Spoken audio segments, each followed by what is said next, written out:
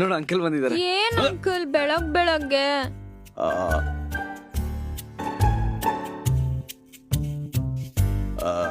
I am sorry.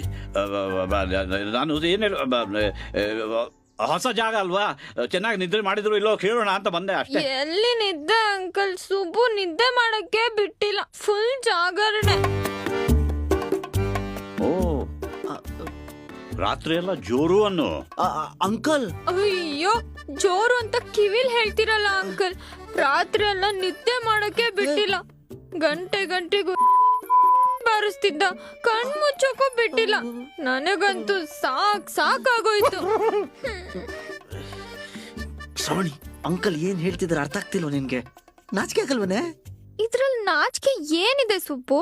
Uncle ನಿನ್ಕಿಂತ ದೊಡ್ಡೋರು, ಇಂಥದ್ ಎಷ್ಟು ಬಾರ್ಸಿರ್ತಾರೆ ಗೊತ್ತಾ ಅಲ್ವಾ ಅಂಕಲ್?